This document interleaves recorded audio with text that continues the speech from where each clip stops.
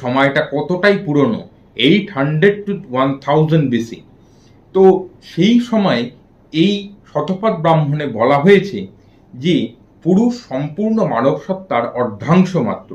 মানব সত্তা অর্থাৎ হিউম্যানিটি বা একটা হিউম্যান বলতে ঠিক যেটাকে বোঝাচ্ছে তার অর্ধেক হচ্ছে গিয়ে পুরুষ, সে কিন্তু সম্পূর্ণ নয়।